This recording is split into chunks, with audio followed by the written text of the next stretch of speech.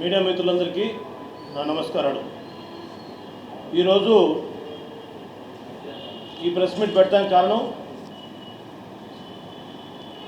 నేను గత 27 సంవత్సరాలుగా వైఎస్ఆర్ కాంగ్రెస్ పార్టీ ఏదైతే రాజశేఖర రెడ్డి గారి కుటుంబం కాంగ్రెస్ నుంచి వారి మరణాంతరం వారి తనైనటువంటి జగన్మోహన్ రెడ్డి గారు ఇప్పుడు ముఖ్యమంత్రి వర్యులు మరి ఆ పార్టీలో వైఎస్ఆర్ కాంగ్రెస్ పార్టీలో పదవి ఉన్నా లేకపోయినా పార్టీకి విధేయుడిగా, వైఎస్ఆర్ ఫ్యామిలీకి విధేయుడిగా, ప్రకాశం జిల్లాలో బాలినేని శ్రీనివాసరెడ్డి గారికి విధేయుడిగా నేను ఇన్ని సంవత్సరాలు మరి రాజకీయాలు సుదీర్ఘంగా 27 ఇయర్స్ రాజకీయంలో ఎవరైనా కూడా తొందరపడకూడదు, వెయిట్ చేయడం కూడా ఒక అర్థం ఉంటుంది. 27 సంవత్సరాల సుదీర్ఘ రాజకీయ ప్రస్థానం. మా బ్రదర్ అయినటువంటి విజయభాస్కర్ రెడ్డి కూడా నాకన్నా 10 సంవత్సరాల ముందు నుంచి మరి రాజకీయాల్లో ఉన్నాం. మరి ఒంగోలులో బాలినేని శ్రీనివాసరెడ్డి గారి గెలుపు కోసం మరి 6 ఎలక్షన్లో మేము ప్రతిరోజు కూడా ఆయన గెలవాలి, ఆయన గెలిపించుకోవాలి. మరి రాజశేఖర రెడ్డి గారు ముఖ్యమంత్రి అవ్వాలి, జగన్మోహన్ రెడ్డి గారు ముఖ్యమంత్రి అవ్వాలి. మనం పదవులు ఉన్నా లేకపోయినా, పార్టీలో గుర్తింపు ఉన్నా లేకపోయినా ఒక కార్యకర్తగా సుదీర్ఘంగా నేను రాజకీయాలు ఉండడం జరిగింది. కానీ ఈ మధ్యకాలంలో రాష్ట్రంలో పరిస్థితి ఎంత ఘోరంగా ఉందంటే, ఇవాళ గౌరవ ముఖ్యమంత్రి వారు జగన్మోహన్ రెడ్డి గారు 2019 ఎలక్షన్ ముందు మరి వారు ప్రచారంలో ఎన్నికల ప్రచారం భాగంగా వారు చెప్పిన మాట, ప్రధాన ఉద్దేశం, ప్రధాన ఎజెండా నవరత్నాలు, మరి సంక్షేమం, అవన్నీ కూడా చేస్తామని చెప్పడం జరిగింది. వాటిలో ప్రధానమైనటువంటిది మద్యపాన నిషేధం. ఇవాళ నేనేదో పార్టీ మారి విమర్శిస్తున్నాను అనుకుంటే వాళ్ళ మూర్ఖత్వానికే వదిలేస్తున్నాను. మనం ప్రజలకి ఏం చెప్పి ఓట్లు వేయించుకుంటున్నాం. ఇవాళ సిద్ధాంతాలు మనకు ఉన్నాయా లేవా అనేది కూడా ఒక్కసారి ప్రజలు గమనించాలా. మడమ తిప్పును మాట తప్పునని జగన్మోహన్ రెడ్డి గారు వాస్తవంగా నేను దగ్గరగా చూశాను. కొన్ని పథకాలు కావచ్చు, ఆయన చేసే మంచి కార్యక్రమాలు కూడా మరి వాటిని పొగుడుతాం, తప్పు జరిగితే వాటిని విమర్శిస్తాం. అంటే ప్రజలకి మనం ఇచ్చిన మాట నిలబెట్టుకుంది ఎంత, ప్రజలకి మనం చేస్తున్నటువంటి అన్యాయం ఎంతని కూడా అందరూ గమనిస్తుంటారు. ఈరోజు నేను తెలుగుదేశం పార్టీలో చేరడానికి, వైఎస్ఆర్ కాంగ్రెస్ పార్టీలో రాజీనామా చేయడానికి 2 కారణాలు ఉన్నాయి. ఎవరైనా రాజకీయాల్లో ఎదగాలని వస్తారు, కానీ తొక్కించుకోవాలనో లేదు వంచింపబడాలనో, మరి ఇలాంటి ఈ వంచనకి నేను తలగ్గున మనిషి. నేను ఇవాళ ప్రకాశం జిల్లాలో సుదీర్ఘ రాజకీయాల్లో 6 సార్లు గెలిచాయని చెప్తున్నటువంటి మన మాజీ మంత్రి వాళ్ళు ఒంగోలు శాసనసభ్యులు బాలినేని శ్రీనివాసరెడ్డి గారికి ఇదే మీడియా సాక్షిగా నేను అడుగుతున్నా, మీరు ఎన్నో మాటలు చెప్పారు, ఎన్నో మాటలు నాకు కష్టపడాలి, పార్టీలో అధికారం వస్తే నీకు సముద్ర న్యాయం చేస్తాను, నీ స్థాయి పెద్ద స్థాయి, మీ అన్న కార్పొరేట్ స్థాయి, నీకు రాష్ట్ర స్థాయిలో పదవులు వస్తాయి, నన్ను గతంలో కూడా పోటీ చేయడానికి కార్పొరేషన్ ఎలక్షన్లో నేను కూడా మా మిస్సెస్ని నిలబెట్టాలనుకున్నాను. మరి కొన్ని అనివార్య కారణాల వల్ల అదే బాలినేని శ్రీనివాసరెడ్డి గారు ఆగమన్నారు. 2009లో నేను దర్శి ఎమ్మెల్యేగా పోటీ చేయాలని చెప్పి ఇదే వైవి సుబ్బారెడ్డి గారు, వాళ్ళ బావగారైనటువంటి వైవి సుబ్బారెడ్డి గారు, వాళ్ళ ఎవరైతే బావగారంటే బాలినేని శ్రీనివాసరెడ్డి గారు, ఇద్దరు కూడా ఏం చేశారు మీ అందరికీ చెప్పే నేను ఆ రోజు దర్శిలో కూడా వెళ్ళడం జరిగింది. మరి అవకాశం వచ్చినా రాపని 2.5 సంవత్సరం పార్టీ కోసం కష్టపడితే అవకాశం రాలా 2009లో. మరి 2024 ఎలక్షన్కి 2 సంవత్సరాల నుంచి మార్కాపురంలో నేను సుదీర్ఘ రాజకీయ పోరాటం చేస్తున్నాను. ఏం పోరాటం చేశానండి? వాస్తవాలు, మా ప్రభుత్వం వైఎస్ఆర్ ప్రభుత్వం ఏం చేసింది, దాని మంచి చెడ ప్రజలకి తెలియాలా, వాస్తవాన్ని ప్రజలకి మనం చూపించుకోవాలని ఆ ఉద్దేశంతో నేను ప్రచార కార్యక్రమంలో 2021 నుంచి పశ్చిమ ప్రాంతం వెనుకొని ప్రాంతం, ఆ ప్రాంతంలో సమస్యలతో కొట్టుమిట్టాడుతున్నారు. అక్కడ కూడా వెనుకొండ ప్రాంతం మన తూర్పు ప్రాంతంలాగా అభివృద్ధి చెందాలని నేను ప్రజా పోరాటంలో ఆ ప్రాంతంలో మార్కాపురం జిల్లా ఏదైతే జిల్లాలో ఏదైతే బైఫికేషన్ చేస్తారో వాటిలో భాగంగా నేను ముఖ్యమంత్రి గారు కానీ బాలినేని శ్రీనివాస్ గారు ఒకటే మాట చెప్పారు, వారు వెళ్ళొద్దని చెప్పారు. అంటే మీరు మార్కాపురం జిల్లా చేసేదానికి మీకు ఇష్టం లేదనే కదా అని అర్థం. కానీ నేను పార్టీలో ఉంటూ కూడా స్వపక్షంలో విపక్ష పాత్ర ఎందుకు పోషించానంటే వాస్తవాలు ప్రజలకు తెలియాలా, ఆ ప్రాంతం బాగుండాలా, మార్కాపురం జిల్లా చేసే పశ్చిమ ప్రాంతం బాగుంటుందని నేను నిస్వార్థపరంగా మరి గ్రామాలు తిరిగి 4 మండలాలు చుట్టేసి ప్రజల సమస్యల మీద నేను వాస్తవాలు తెలుసుకున్నప్పుడు ఆ ప్రాంత ఎమ్మెల్యే తమ్ముడు నయీం ఎవరైతే కుందూరు కృష్ణమోహన్ రెడ్డి కానీ వారి అరాచకాలకి హద్దు పొద్దు లేకుండా ఉంటాం. ఆ ప్రాంతంలో మరి 2 జిల్లాలో మంత్రులు ఉన్నారు ఆ టైంలో. ఒకరు బాలినేని శ్రీనివాస్ రెడ్డి గారు, ఒకరు ఆదిమూలపు సురేష్ గారు. ఇద్దరు కూడా నేను ఒకటి అడుగుతున్నా, ఈ పశ్చిమ ప్రాంతాన్ని మోసం చేసే వ్యక్తుల్లో చరిత్రహీనుడిగా మిగిలిపోతారని చెప్పి ఇదే మీడియా సాక్షిగా నేను తెలియజేస్తున్నా.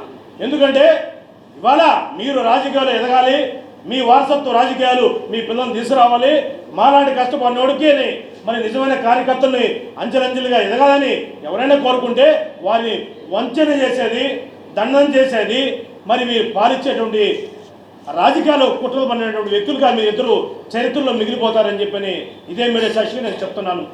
మీరు ఆ రోజు అడిగుంటే పశ్చిమ ప్రాంతం జిల్లా వచ్చేది. ఆ ప్రాంతంలో అన్నారాంబాబు గారికి 80,000 మెజార్టీతో గెలిపిస్తే ఆ గొంతులు కోసాడు ఆ ప్రాంతాన్ని. ఆయన ఒక డేరా బాబా. ఇదే మార్కాపురం ఎమ్మెల్యే మరొక నయీం.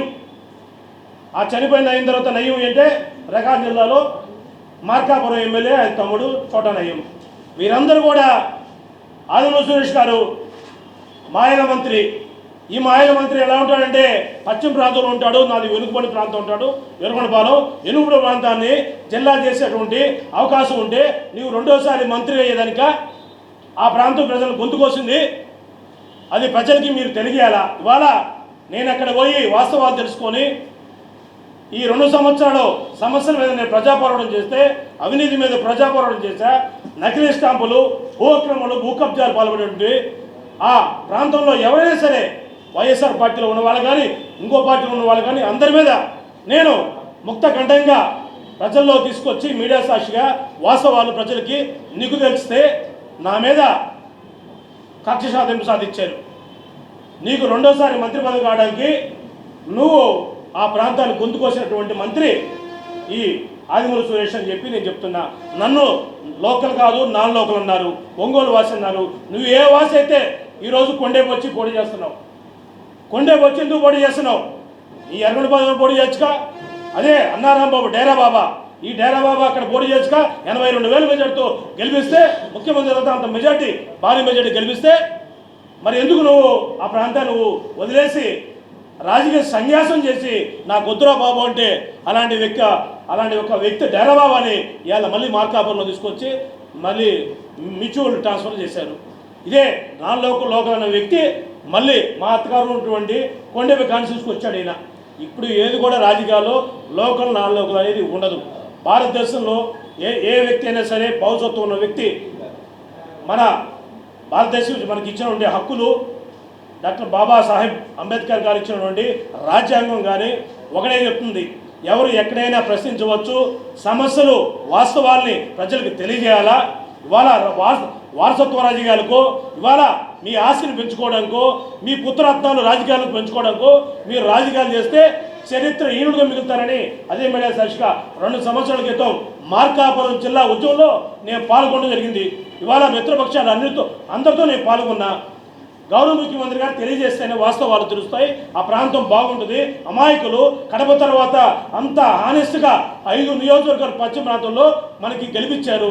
మనం వాళ్ళ ప్రతిపక్షాలు తెలుగుదేశం పార్టీ కానీ, జనసేన కానీ, బీజేపీ కావచ్చు, కమ్యూనిస్ట్ పార్టీలు కావచ్చు, మరి ఎన్నెన్నో చిన్న పార్టీలు కానీ ఇవాళ వాళ్ళందరూ కూడా ప్రతిపక్షంలో ఉన్నారు.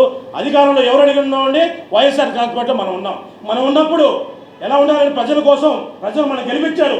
చంద్రబాబు నాయుడు గారు 2014-19లో ముఖ్యమంత్రిగా ఉంటే ఆ రాష్ట్రాన్ని భ్రష్టు పట్టించాడని, రాష్ట్రం అల్లకల్లోలం అయిపోతుందని, రాష్ట్రంలో సమస్యలు ఉన్నాయి, అవన్నీ మనం తీరుస్తామని వాస్తవాలు, నిజాలు, అబద్ధాలు, మరి వాస్తవాలు చెప్పి మనం వచ్చినప్పుడు మరి గొంతులు కోసేటువంటి ఈ హక్కు మీకు ఎవరికి ఇచ్చారు? చట్టసభల్లో పోయి ఆ ప్రాంత సమస్యల మీద పోరాడినటువంటి ఈ సన్నాసు ఎమ్మెల్యేలు అందరూ కూడా మోసం చేసిన చరిత్రహీనులుగా మిగిలినని నేను ఆ రోజు చెప్పా, ఈరోజు కూడా ఆ మాటకే నిలబడి ఉన్నాను. ఎందుకంటారండి? మిమ్మల్ని అనాల్సిన అవసరం ఏంది? మీకు ఓట్లు వేశారు, మీరు గెలిచి మరి మంత్రులుగా ఇక్కడ ఉండి రాష్ట్రాన్ని భ్రష్టు పట్టించిన వ్యక్తులుగా జిల్లాలో మీరు ఉన్నారా లేదని అడుగుతున్నాను మీడియా సాక్షిగా. ఇవాళ ఇంకోటి ముఖ్య ఉద్దేశం, నేను నిజాయితీగా నిస్వార్థంగా ప్రజా పోరాటం అవినీతి మీద ఇవాళ వైఎస్ఆర్ కాంగ్రెస్లో ఈ 400 సంవత్సరం ప్రభుత్వ హయాంలో పశ్చిమ ప్రాంతం కానీ తూర్పు ప్రాంతంలో కానీ భూ కబ్జాల మీద ఇన్ని విచ్చలవిడిగా జరుగుతుంటే ఇద్దరు మంత్రులు మొద్దులు తిరబోయారని అడుగుతున్నా. ఇవాళ అధికారం మనకిస్తే అధికారంలో ఉండి మనం పరిపాలన ఎలా చేయాలి? మనకి పరిపాలన చేతకానప్పుడు ఈ కబ్జాకోర్లు కానీ ఈ ఏదైతే నకిలీ స్టాంపులు విచ్చలవిడిగా జరిగినాయంటే మన పరిపాలన చేతకానప్పుడు ఇలాంటి దొంగలు వస్తారు, వాళ్ళకి మనం కొమ్ము కాస్తే ఇంకా ఘోరంగా చేసుకుంటూ పోతారు. గతంలో కూడా వీటి మీద గత ప్రభుత్వంలో కూడా జరిగిన మాట కొద్దిగా జరిగినాయి. మరి ఇది ఘోరంగా అయితే వైఎస్ఆర్ ప్రభుత్వంలో విపరీతంగా ఇష్టానురూపంగా దానిలో ఎంత ఘోరం అంటే ఒక రాష్ట్రం ఒక తీసుకోవడానికి మనకి ఎవరిచ్చారంటే హక్కులు? వాడికి మన దొంగలు ఒక ఎవరైతే మోసం చేసే వ్యక్తిని మన కొలుపోడు, మన పార్టీ వాడు, మన వాడని చెప్పి మనం ఎంకరేజ్ చేస్తే వాడు అదే పనిగా ఆస్తులు పాపం కష్టపడినటువంటి ఇవాళ రైతులు బిడ్డలు పల్లెటూరు నుంచి పిల్లలు చదివించుకోవడానికి వచ్చి వాళ్ళ పిల్లల పెళ్లికి దాచిపెట్టినటువంటి భూములు కూడా దోచుకుంటే ఏంటి వాళ్ళ పరిస్థితి? వాళ్ళ రిటైర్డ్ ఎంప్లాయీస్ వాళ్ళ బిడ్డల పెళ్లిల కోసమో వాళ్ళకి ఆస్తుల కోసం పాపం రూపాయలు మరి జీతంలో వచ్చిన డబ్బులు మిగిలిన డబ్బులతోటో పెన్షన్ డబ్బులతోటో లేదు వాళ్ళకి రిటైర్మెంట్ నుంచి డబ్బులతోటో మరి భూములు కొనుక్కుంటే ఈ ప్రకాశం జిల్లాలో జరిగినటువంటి రాష్ట్ర చరిత్రలో ఎక్కడ జరిగినటువంటి భూ కబ్జాలు నకిలీ స్టాంపులు కుంభకోణం ఇక్కడ జరిగిందంటే వైఎస్ఆర్సీపీ ప్రభుత్వంలో మనం కొంతమందికి అండగా ఉంటేనో లేదు తప్పుడు వాళ్ళకి ఎంకరేజ్ చేస్తానో ఇవన్నీ జరిగినాయన్న మాట వాస్తవా కాదా? ఇవాళ నేను కూడా చాలా అప్రిషియేట్ ఫీల్ అయ్యాను. ఎలక్షన్ ముందు ఏ ప్రభుత్వం కూడా ఏం చేస్తుందండి? ఇలాంటివి బయటికి తీయదు. మరి తీసింది కూడా మా ఒంగోలు ఎమ్మెల్యే శాసనసభ్యులు బాలినేని శ్రీనివాసరెడ్డి గారే. మరి వీటి మీద సగర్వంగా మీడియా ముందు చెప్తున్నారు. ఆయన కాదండి, దీన్ని ఫస్ట్ వెలికితీసింది ఒక ఐఆర్ఎస్ ఐపీఎస్ వ్యక్తులు భూములు కబ్జా ఫస్ట్ గురయ్యాయని, వాళ్ళు పెద్ద స్థాయి ఉంటే వాళ్ళు ఇన్ఫ్లుయెన్స్ చేస్తే నా భూమే పోయిందని వాళ్ళు ముఖ్యమంత్రి స్థాయిలో పోయి చెప్పుకుంటే వాటి మీద ఈ తీగలాగితే దొంగ మొత్తం వైఎస్ఆర్ ఫ్యామిలీ ఏదైతే వైఎస్ఆర్ పార్టీలోనే మేజర్గా బాలినేని శ్రీనివాసరెడ్డి గారికి మంచం మీద ఆ పక్క ఈ పక్క చెవుల్లో ఊదేటువంటి ఇద్దరు వ్యక్తులు, ఒకరు భక్తవత్సల్ రెడ్డి, ఒకరు శ్రీనివాసరెడ్డి దుంప. వీళ్ళు ఎవరండి? వీళ్ళకి 100 కోట్ల ఆస్తులు ఉన్నాయి. వీళ్ళు గ్రానైట్ వ్యాపారాలు చేస్తారు, గ్రానైట్ టైలర్లు నడుపుతారు. మరి కృష్ణపట్నం బోర్డుకు పోతుంటే మరి డిపార్ట్మెంట్స్ మొత్తాన్ని కూడా రూపాయి కూడా కట్టకుండా ప్రభుత్వానికి కట్టాలని ట్యాక్సులు కట్టరు, దొంగ బిల్లులు ఇవన్నీ కూడా గ్రానైట్ వసూల్లో కూడా ఎంత ఘోరంగా అంటే నాకు తెలుసు. నేను పోను చాలా ఎపిసోడ్లు ఉంటాయి. ఒక ఎపిసోడ్ అంటే ఇది దాదాపు 10 గంటలు చెప్పినా కూడా జరగనంటే ఆ సమాచారం నా దగ్గర ఉంది. సమయం వచ్చినప్పుడు సరే వారు కూడా నేను మాట్లాడిన మీద స్పందించిన దాన్ని బట్టి ఇంకా చాలా ఎపిసోడ్లు దీని వాస్తవాలకి నిజాయితీగా నేను అన్నీ కూడా ప్రమోషన్ చేస్తా. ఏది ఏమైనా కూడా ఇవాళ ఒంగోలు భూ కబ్జాలు మొత్తం కూడా సిట్ వేయించిన మాట వాస్తవే. నువ్వే వేయించి అనుకుందాం బాలినేని శ్రీనివాసరెడ్డి గారు, మీరు ఏపిచ్చి సిట్ని ఏం చేశారు? సిడౌన్ చేశారా లేదా?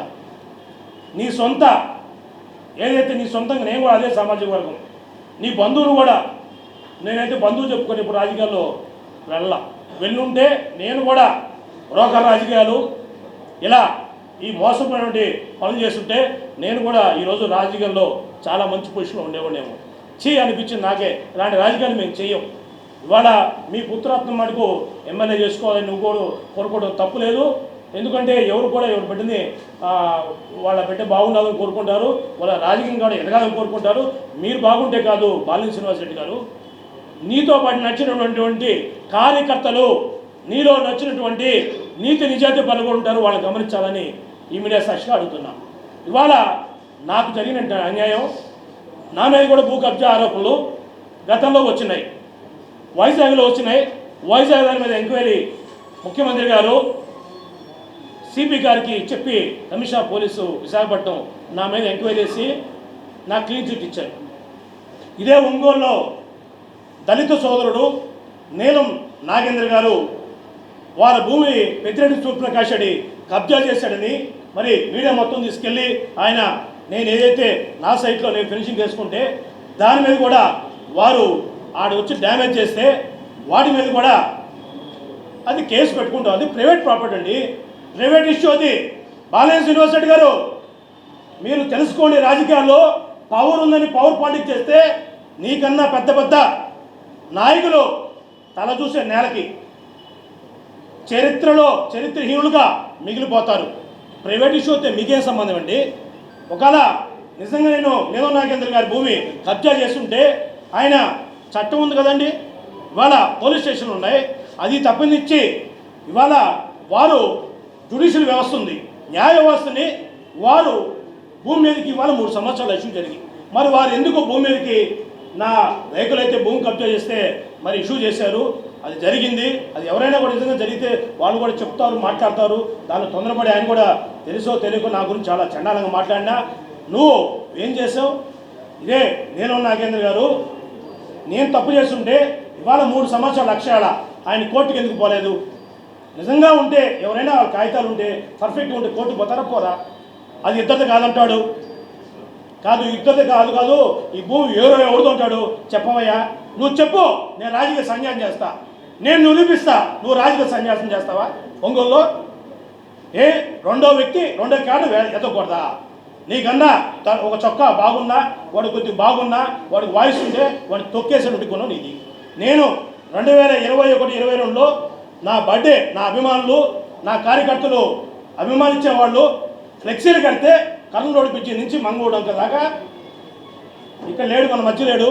కానీ మాట్లాడాల్సిన సమయం ఎన్ని వాస్తవాలు మాట్లాడబోతే నిజాలు మరుగున పడిపోతాయి. కాబట్టి సింగరాజు వెంకట్రావు గారు నువ్వు కారులో వెళ్తూ ఈ ఫ్లెక్సీలు వీడికి ఎక్కువైపోయింది, వీడి ఫ్లెక్సీలు తీసేయమని చెప్పి మొత్తం మున్సిపాలిటీలు వేశాడు.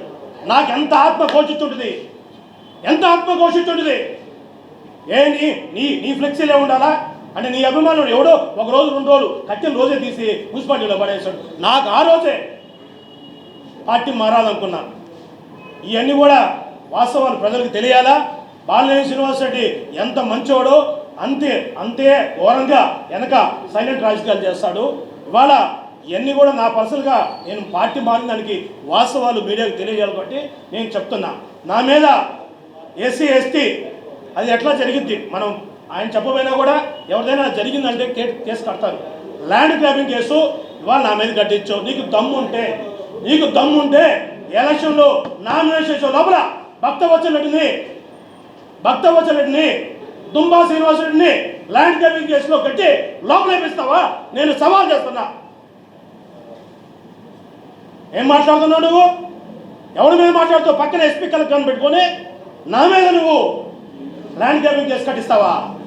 నీ ఇలాగా ఎదగకూడదు గౌడు అంటే ఇవాళ సొంత పార్టీలో వాడిని నువ్వు ఇంత వంచావు, నీ సొంత సామాజిక వారిని వంచావు, నీ బంధువునే వంచినోడివి. నువ్వు ఎవరినైనా కాపాడుతావే స్వామి, నన్ను కాపాడమని అడగదా? నేను ఏ రోజు ఆయన పోయి నాకు జరిగింది అడగదా? పోయి ధర్మాన్ని చట్టం పోయాను, దాన్ని హైకోర్టు తెచ్చుకున్నా. దాని మీద ఈ మధ్య కూడా నడుస్తుంది. చట్టం తన పని చేసిపోతే ఇవాళ మీరు రాజకీయాల్లో మీకు రాజకీయాలకు ఎవరైనా సరే రాజకీయంగా మాట్లాడాలి, కానీ వ్యక్తిగతంగా విమర్శలు చేస్తే మరి దాని పక్కన ఉన్న ప్రతిపక్షం కూడా అంతే డబల్ త్రిపుల్ విమర్శలు చేస్తారు. బాలయ్య శ్రీనివాసరెడ్డి గారు మీరు ఎవరిని తిట్టించద్దు, మీరు మంచి రాజకీయాలు చేయండి, మీరు మంచిగా మీ గెలుపు కోసం మీరు ట్రై చేయండి. పక్కన ఉన్నటువంటి వ్యక్తుల మీద విమర్శలు చేస్తే దానికి డబల్ త్రిపుల్ ఇది ఉంటుంది. వాస్తవాలు ప్రజెంటేషన్ చేస్తా. నాకు జరిగిన అన్యాయం, నా మీద కట్టించిన కేసు నువ్వు కట్టిస్తే నేను రాజకీయాలు మానేస్తా. నువ్వు ఒంగోలు నుంచి పోటీ చేయకుండా ఉంటావా? ఒంగోలు నుంచి పోటీ చేయాలంటే వాళ్ళిద్దరికి కబ్జాల్ని మొత్తం చరిత్ర సిట్లో ఆఫీసర్లో అందరి దగ్గర ఎవరో భూములు కొట్టేశాడో నా దగ్గర ఒంగోలు చరిత్ర మొత్తం ఉంది. ఈ రోజు వరకు సమయం రావాలి దేనికైనా. ఇవాళ నన్నే ఇబ్బంది పెట్టించే పార్టీలో ఇవాళ జిల్లా అధ్యక్ష పదవి నువ్వు నాకు అడిగే నేను ఎందుకు గతంలో నువ్వే చెప్పావు కార్పొరేషన్ చైర్మన్ ఇస్తా నీకు ఉన్నత స్థాయి పదవులు ఇస్తా అన్నాడు. పదవులు లేకపోయినా నీకు 20 సంవత్సరాలు రాజకీస్తే నీ మనిషిగా ఉంటే నువ్వే నా మీద ఇలాంటి కేసులు కట్టించి నా బర్త్డే పార్టీ పెట్టిన ఫ్లెక్సీలు తీసుకెళ్ళి ఒక దాదాపు 190 ఫ్లెక్సీలు మూసిపడిన పడేసావంటే నీ అరాచక పాలన నీ కుటుంబ పాలన ఎలా ఉందయ్యా? మీ పుత్రరత్నం వెనకాల మొత్తం నా దగ్గర ఎవరైతే అభిమానులుగా తిరుగుతారో వారందరినీ మొత్తం లాగేసి పెద్దల దగ్గర పోవద్దు అని నా మనుషులు మొత్తం దూరం చేశాడు. అంటే మీరు ఇంత ఘోరమైన పాలన చేస్తుంటే చూస్తూ ఊరుకోవాలా? ఇవాళ నేను కేవలం వాస్తవంగా ఈ పార్టీలో రేపు జరగబోయే ఎన్నికల్లో రేపు ప్రభుత్వం వస్తుందా రాదా నాకు తెలియదు. రేపు నేను చేసే నిస్వార్థ రాజకీయం గత 20 సంవత్సరాలు ఎలా చేశానో ఇదే ప్రకాశం జిల్లాలో తెలుగుదేశం పార్టీ ఏదైతే ఒంగోలు మాజీ శాసనసభ్యులు దామచర్ల జనార్దన్ గారు రాష్ట్ర ఉపాధ్యక్షుడు వారి ఆధ్వర్యంలో నేను ఒంగోలు ఎన్నికల రాజకీయాల్లో సుడిగాల పర్యటన చేస్తా, గడప గడప పర్యటన చేస్తా, వాస్తవాలు ప్రజలను తెలియస్తా, నన్ను ఒంగోలులో కూడా తిరగదని చెప్పారు. కాబట్టి పశ్చిమ ప్రాంతంలో పార్టీ మారినాడు బొమ్మని నాకు ఆయనకు తెలిసిన కొంతమంది మిత్రుల చేత పొమ్మన్నారు. ఏంటి మీరు నియంతలా ఇక్కడ తిరగకూడదు అక్కడ తిరగకూడదని నా గురించి మీరు ఏ 1-2 చేస్తే 10 టైమ్స్ తిరిగేసి చెప్పడానికి వాస్తవాలు ఆధారంతో సహా ప్రజెంటేషన్ పెడతా. ఏదైనా కూడా ప్రజలందరూ గమనించాలా. ఇవాళ మన ఏదైతే జాతీయ అధ్యక్షులు తెలుగుదేశం పార్టీ జాతీయ అధ్యక్షుడు నారా చంద్రబాబు నాయుడు గారు ఈ రాష్ట్రానికి ముఖ్యమంత్రి చేసుకుంటే ఈ ప్రకాశం జిల్లాలో ఉన్నటువంటి 12 పాత జిల్లాలో 12 నియోజకవర్గాలు తెలుగుదేశం పార్టీ అభ్యర్థులందరినీ గెలిపించుకుంటే ఈ జిల్లా కానీ ఈ రాష్ట్రం కానీ బాగుపడిద్ది. ఈ ఇసుక ల్యాండ్ ఈ అయితే లిక్కర్ మాఫియా ఇవన్నీ కూడా అంతమైపోతాయి. మరి బడుగు బలహీన వర్గాలు బాగుపడతారు. ఇవాళ పార్టీలు ఎవరో అవకాశవాదులు పార్టీ అధికారంలో కూడా మారుతారు. నేను నిస్వార్థంగా నాకే పదవి కూడా మరి పార్టీ రాష్ట్ర స్థాయి పదవిలో కూడా ఆ కమిటీలో జనార్దన్ గారు నాకు ఇప్పిస్తానా కూడా అన్న ఏదో పార్టీ పదవి కోసం వచ్చినటువంటిది.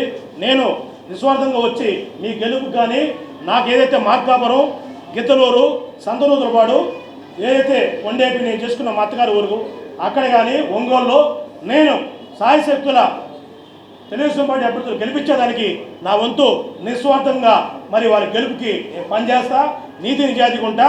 నా మీద విమర్శలు చేసిన వాడికి తిప్పి తిరగకూడదానికి ఇట్లాంటి 100 ఎపిసోడ్లు నా దగ్గర ఉన్నాయి. అన్ని ప్రజెంటేషన్ చేస్తా, ప్రజలకి తెలియజేసి ఈ వాస్తవాలను గమనించమని మీడియా సాక్షిగా కోరుకుంటూ మరి ఇంకొకటి ఇక్కడ కడప జిల్లా వాళ్ళు ఎంటర్ అయిపోయారండి. కడప జిల్లా నుంచి కొంతమంది వచ్చేసి మీ ఏరియా కడప ఎక్కడైతే కొద్దిగా టీడీపీకి అనుకూలం కూడదో ఆ ఏరియాలో కడప వాళ్ళు పంపిస్తారంట. నన్ను కూడా ఏమన్నారు మా వార్డులో అక్కడ మీకేం కావాలి కడప వాళ్ళు పంపిస్తూ ఉన్నారు. అంటే ఎంత ఫ్యాక్షన్ రాజకీయాలకి ఏమైనా అడ్డా చదువుకుంటారా? ఎవరండి రఘురెడ్డి? ఈ రఘురెడ్డి ఎక్కడి నుంచి వచ్చాడండి? గతంలో ఆయన ఏం తెలుసా? ఆయన పెద్ద ఏదో రాజకీయ కుటుంబం చెప్తాడు. అతను ఒక గ్యామ్నర్ క్రికెట్ బుక్కి ఇవి కూడా ఇక అన్నీ చెప్పుకుంటూ పోతే చాలా ఉన్నాయి. అతను అవి కూడా సమయం వచ్చినప్పుడు అన్నీ కూడా తీస్తా. ఎక్కడెక్కడ ఏం మాట్లాడతాడో ఏం చెప్తాడు ఇక్కడ వస్తే తెలుస్తుంటారు. నీ ఊళ్ళో తెలుసుకోపోయి కమలాపురం పోయి ఇక్కడ ఎందుకు తెలిసేది? ఇక్కడ ఒంగోలులో జనం ఆల్రెడీ అందరికీ తెలుసు వాస్తవాలు ఏంటి. జనార్దన్ గారు 5 సంవత్సరాలు ఏం అభివృద్ధి చేశారు. నిస్వార్థంగా తన కుటుంబ సభ్యులు ఉన్నా సరే దూరం పెట్టి నిజమైన కార్యకర్తలుగా నాయకులకు పదవులు ఇచ్చాడు. ఇవాళ రేపు కష్టపడండి అందరూ కూడా డెఫినెట్గా అందరికీ మంచి పదవులు వస్తాయి. అందరినీ ఈ రాష్ట్రంలో జరుగుతున్న అన్యాయాన్ని కానీ ప్రకారం జరుగుతున్నటువంటి ఈ దోపిడీ నకిలీ స్టాంపులు భూ కబ్జాలు మొత్తం కేరా పట్నర్స్ బాలినేని చుట్టుపక్కల బాలినేని చేశారని అంటలా బాలినేని గారు చుట్టుపక్కల వాళ్ళని ఎంకరేజ్ చేసినట్టే ఆయన కూడా చేసినట్టే. దీన్ని ఇవన్నీ కూడా మానుకొని చక్కటి రాజకీయాలు చేయండి. ఇవాళ జనార్దన్ గౌడ్ గురించి కూడా కొంతమంది మాట్లాడుతున్నారు, ఇంకా మాట్లాడతారు.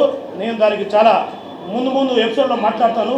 మీడియా మిత్రులందరూ కూడా మరొకసారి వాస్తవాలు ప్రజలకు తెలియాలని మా టౌన్ ప్రెసిడెంట్ అయినటువంటి కొటారి నాగేశ్వరరావు గారు, కామేపల్లి శ్రీనివాస్ గారు, వాసుకృష్ణ గారు, వీరందరూ కూడా ఇంకా జరగబోయే విషయాలు వాళ్ళు చెప్తాను. ఈరోజు ఆంధ్రప్రదేశ్ రాష్ట్రంలో పింఛన్ల పంపిణీ జరగవలసిన రోజు. అయితే రాష్ట్ర ప్రభుత్వ ఖజానాలో డబ్బులు లేక మొన్న 28వ తేదీ సాక్షి పత్రికలోనే 3వ తేదీ నుంచి పింఛన్ల పంపిణీ అని చెప్పి వాళ్ళు ప్రకటించడం జరిగింది. పైగా వాలంటీర్స్ని పింఛన్ల పంపిణీలో పాల్గొనొద్దని సెంట్రల్ ఎలక్షన్ కమిషన్ ఉత్తర్వులు ఇస్తే దాన్ని తెలుగుదేశం పార్టీ వాలంటీర్లని ఇంటికి డబ్బులు ఇవ్వకుండా చేసిందని చెప్పి ప్రచారం చేయడాన్ని నేను తీవ్రంగా ఖండిస్తూ ఉన్నాను. ఈరోజు ఆంధ్రప్రదేశ్ రాష్ట్రంలో 62,90,000 పెన్షన్లు ఉన్నాయి. మీ సచివాలయ ఉద్యోగులు 1,35,000 మంది ఉన్నారు. వాళ్ళు ఒక్కొక్కరు పింఛన్లు పంపిణీ చేస్తే ఒక్క వ్యక్తి 49 పెన్షన్లు ఇవ్వడానికి ఒక్కరోజు సమయం పట్టింది. ప్రతి ఒక్కరూ ఇంటికి వెళ్ళి ఒక్క రోజులో పింఛన్లు పంపిణీ చేయొచ్చు. అయితే కావాలని దురుద్దేశంతో తెలుగుదేశం పార్టీ మీద నింద వేయటం కోసం ఈరోజు వృద్ధుల్ని, వికలాంగుల్ని ఈరోజు 3వ తేదీ నుంచి పింఛన్ల పంపిణీ వాయిదా వేసి అది సచివాలయ కార్యాలయాల దగ్గరికి వాళ్ళందరినీ వచ్చి పింఛన్లు తీసుకుని వెళ్ళాలని చెప్పి ప్రకటించడం అనేది ఈ రాష్ట్ర ప్రభుత్వం యొక్క దుర్మార్గం. అట్లాగే సెర్చి CEO మురళీధర్ రెడ్డి, రాష్ట్ర ప్రభుత్వ ప్రధాన కార్యదర్శి జవహర్ రెడ్డి ఒక కుట్రతోటి ఈ పింఛన్ల పంపిణీని జాప్యం చేసి 10 రోజులు ప్రజలందరినీ కూడా వృద్ధుల్ని, వికలాంగుల్ని ఇబ్బంది పెట్టాలని చెప్పి ఒక కుట్ర జరుగుతూ ఉంది. దీన్ని తెలుగుదేశం పార్టీ తరఫున మేము తీవ్రంగా ఖండిస్తున్నాం. వెంటనే చర్యలు తీసుకొని సచివాలయ ఉద్యోగులు 1,35,000 మందిని ఉపయోగించి ఒక్కొక్కరికి 49 పింఛన్లు మాత్రం వస్తాయి కాబట్టి ఒక్క రోజులో వాళ్ళ ఇంటికి వెళ్ళి పింఛన్లు పంపిణీ చేయాలని చెప్పి మేము తెలుగుదేశం పార్టీ తరఫున డిమాండ్ చేస్తూ ఉన్నాం. గత వైఎస్ఆర్సీపీ వ్యవస్థాపన నుంచి వైఎస్ఆర్సీపీలో రాష్ట్ర స్థాయిలో క్రియాశీలకంగా పనిచేస్తూ ప్రస్తుత ముఖ్యమంత్రి జగన్మోహన్ రెడ్డికి అత్యంత ఆప్తుడిగా మెలిగి వైఎస్ఆర్సీపీలో వారు చేస్తున్న దుర్మార్గాల్ని, దుశ్చర్యల్ని ఖండిస్తూ వాళ్ళకి కంట్లో నడుచులాగా ఉండి ఆ బాధలన్నింటినీ తట్టుకోలేక ఈ రోజున నారా చంద్రబాబు నాయుడు గారు ఈ రాష్ట్రానికి ఎంత అవసరం, ఒంగోలు నియోజకవర్గానికి దామచల్ల జనార్దన్ గారి గెలుపు అవసరం అభివృద్ధికి అని చెప్పని సోదరుడు పెద్దిరెడ్డి సూర్యప్రకాష్ రెడ్డి గారిని తెలుగుదేశం పార్టీలో నేను చేరిన సందర్భంగా వారిని హృదయపూర్వకంగా అభినందన తెలియజేస్తూ వారిని తెలుగుదేశం పార్టీ తరఫున సాదరంగా స్వాగతం పలుకుతా ఉన్నాం. సోదరుడికి మా తెలుగుదేశం పార్టీలో పార్టీకి సంబంధించి పార్టీ కార్యక్రమాల పట్ల నిరంతరం పార్టీ అభివృద్ధికి, పార్టీ గెలుపుకి కృషి చేస్తానని చెప్పడం చాలా ఆనందకరం. సోదరుడితోటి మేము కూడా మా తెలుగుదేశం పార్టీ కుటుంబ సభ్యుల్లో ఒకటిగా మేము కూడా ఆయన్ని నిన్నటి నుంచి మేము స్వాగతిస్తున్నాం. ఆయనతో పాటు మాతో పాటు ఆయన ఒక వ్యక్తిగా, ఒక కుటుంబ సభ్యుడిగా ఆయనకి ఏ కష్టం వచ్చినా, ఏ ఇబ్బంది వచ్చినా అందరం ఒక కుటుంబంలో వచ్చిన సమస్యలానే ఆయనతో కలిసి ముందుంటామని చెప్పని సోదరుని మనస్ఫూర్తిగా అభినందిస్తా ఉన్నాం. ఈ రాష్ట్ర ప్రభుత్వం ఇంకొక 30-40 రోజుల్లో పీడపోతూ ఉంది. వీళ్ళు జీవితకాలం కర్కోటకంగా, కర్ణింగా వెళ్తూ ఉన్నారు. అందులో భాగంలో పింఛన్ పంపిణీ వ్యవహారంపై వారు దీన్ని కూడా పింఛన్ పంపిణీ విధానాల మీద కూడా రాజకీయం చేస్తూ ఉన్నారు. వారు ఖజానాలో డబ్బు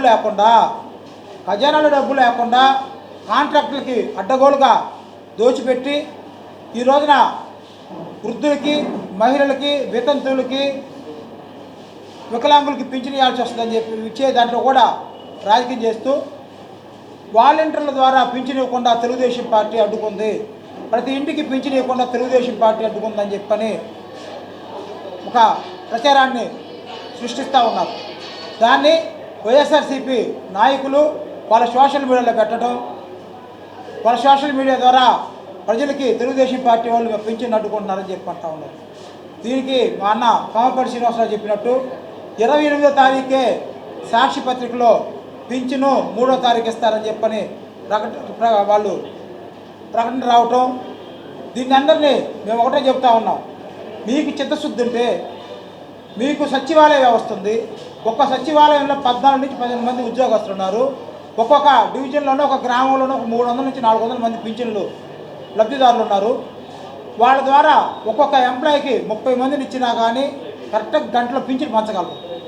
మీకు చిత్తశుద్ధి లేక పేద ప్రజలకి నేరుగా ఇంటికి వెళ్ళి వాళ్ళకి పింఛన్ ఇచ్చేదానికి లేక దీన్ని కూడా రాజకీయం చేసుకోవటం, తెలుగుదేశం పార్టీ వాళ్ళు కావాలని అడ్డుకున్నారని చెప్పని ప్రజల్లో తీసుకెళ్ళటం నిజంగా ఎంత నీచానికని కూడా ఈ వైఎస్ఆర్సీపీ వాళ్ళు తెలియజేస్తున్నారు. మేము మీ ద్వారా ప్రజలకు తెలియజేస్తూ ఉన్నాం. రేపు రాబోయేది తెలుగుదేశం పార్టీ. నారా చంద్రబాబు నాయుడు గారు ముఖ్యమంత్రి అయిన తర్వాత 4,000 రూపాయలు పింఛను ప్రతి ఒక్క అర్హులకి నేరుగా వారింటికి వచ్చే విధంగా చేస్తానని చెప్పని పలు సందర్భాల్లో పలు సమావేశాల్లో హామీ ఇచ్చారు. తెలుగుదేశం పార్టీ దాన్ని కట్టుబడి ఉంటుంది. మీరు ఒక్కసారి గమనించండి. ఈ వైఎస్ఆర్సీపీ కళ్ళబొల్లి మాటలు నమ్మకండి అని చెప్పి మీ ద్వారా తెలియజేస్తాం.